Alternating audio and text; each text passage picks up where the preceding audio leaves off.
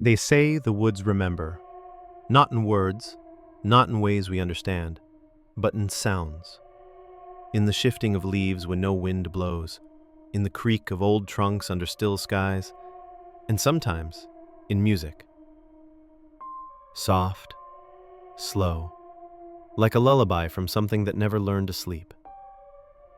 This is the story of four friends and the sound that followed them home.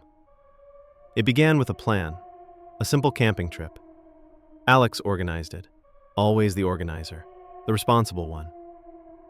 "Let's go off-grid for a weekend," he'd said. "No phones, just us." Jenna had scoffed, but she came. Adventurous, cynical, always first to challenge the quiet. Marcus, the joker, agreed immediately. He never said no to fun. And Lily, soft-spoken and steady, joined for the others, for the memories. They hadn't all been together in years. College, jobs, relationships, time had chipped at their closeness like water carving stone. The forest, Alex said, would fix that. A weekend to reconnect, to talk, to laugh, to forget the city's clock and let the trees carry time. So they drove. Hours north, past paved roads, past phone signal, into a stretch of woods that didn't appear on the GPS. A ranger at the last outpost called it Dead Man's Hollow. Jenna raised an eyebrow. The ranger didn't laugh. They arrived late, sunlight bleeding orange through the canopy as the car rolled to a stop. The site was perfect. A clearing surrounded by ancient pines, a gentle stream not far off, fire pit, flat ground, silence. They set up tents, shared old stories, drank cheap whiskey, laughed until the fire danced high and the trees melted into shadow. Then it came, a whistle. 4 notes, soft, deliberate, low. Ee, ee, oh, ah. They paused. "Bird?" Marcus asked. Jenna smirked. "Creepy bird." She whistled back, mimicked the melody. Silence. And then all sound stopped. The crickets, the wind, even the fire seemed to lean in. Then, from deeper in the woods, a second whistle. Same 4 notes, but closer.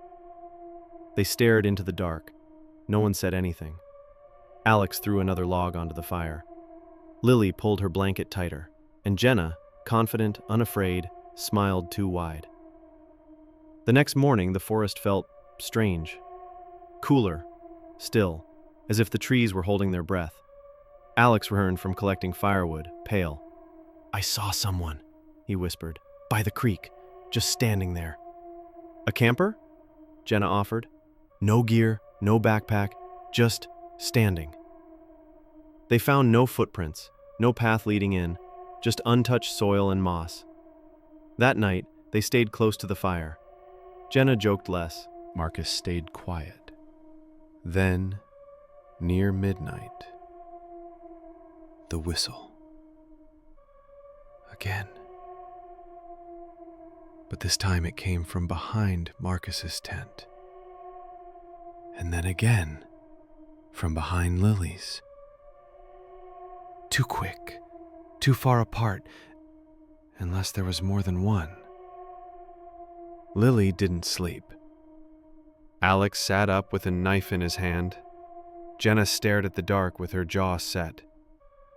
Marcus was already gone. Chapter 4. Vanishing. At dawn, his tent was open. Sleeping bag empty, boots untouched, no trail, no note, no noise, just a single feather on his pillow, and bare footprints, long, narrow, leading into the trees. Jenna ran after them. Alex shouted. Lily followed, but they each went different ways. Alex found nothing but endless woods. Lily found something else. A torn shirt. Marcus's. Stuck on a branch 12 feet high. By evening, Jenna hadn't returned. The forest grew darker, thicker. Time twisted. Every direction looked the same. They tried to follow the stream back, but the stream was gone. Just earth, dry and cracked where it had flowed before. That night, Alex and Lily sat back to back, fire low. Then the whispers began. Voices, familiar, twisted. Lily. Alex. They didn't speak, didn't move. Then the whistle. Low, slow, drawn out like something gasping. From the trees stepped Marcus, smiling, but wrong. His eyes were too wide, his head tilted too far, and when he spoke, it was Jenna's voice. You never should have come. Alex threw firewood at the figure. It vanished into smoke. Lily screamed, ran. Alex followed. They ran through the night. Branches tore skin, roots pulled at their feet, laughter echoed around them, whistles answered every scream. At dawn, they collapsed in a glade of dead trees. Lily sobbed. Alex held her, and she whispered, "It's not just one." He knew she was right. By midday, they found the trail, or what they thought was a trail. It led them in circles back to the same clearing, but now the tents were gone, the fire pit was cold, and in the center of the site, a circle of stones and 4 shoes. Marcus's, Jenna's, Lily's, and his, arranged in a ring, toes pointing outward, like they'd walked away from themselves. Lily began to hum, softly, without realizing. The same tune, the whistle. Alex shook her. She blinked, didn't remember. That night, Alex woke to silence. Lily was gone. Her side of the fire cold. A single lock of her hair in the ashes. He didn't shout, just stood and listened.